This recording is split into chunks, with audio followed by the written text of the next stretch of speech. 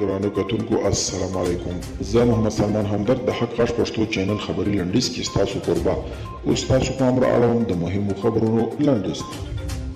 د نړۍ د نوموتي بوکسر محمد علي کیلي دوهمه میرمن کابل ته راغلې. د افغانستان فوټبال فدراسیون وایي هغه مهال چې افغانستان د سویلي اسیا د فوټبال سیالیو اتل شو، یو شمېر کسانو چې محمد علي کیلي هم د دوی له ډلې وو، افغانستان کې د ویکتور په نوم د یوه ورزشي سټیډیم د جوړېدو خبره وکړه او کیلي میرمن هم د همدغې پروژې پیل لپاره راغلې.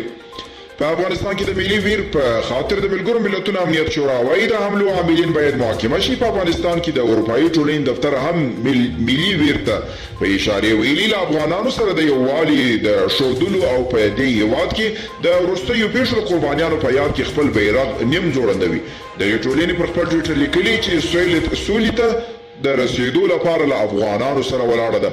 امرالله صالح وایي طالبان ترهګر دي، امریکا دي خپل مرستې جاري وساتي.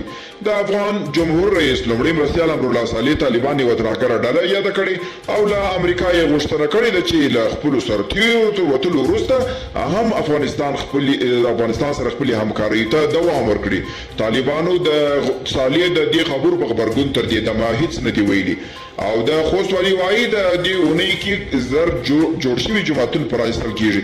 د خوست والي محمد کډوازي ویلي چې په دې اونۍ کې د افغان حکومت لخوا جوړ شوي زر جوماتونه پرانیستل کیږي. د ده په وینا په دې سره به په دې ځایو کې خلکو ته په یوه شپ چاپیریال کې د عبادت کولو فاتحې اخیستلو زمینه برابروي.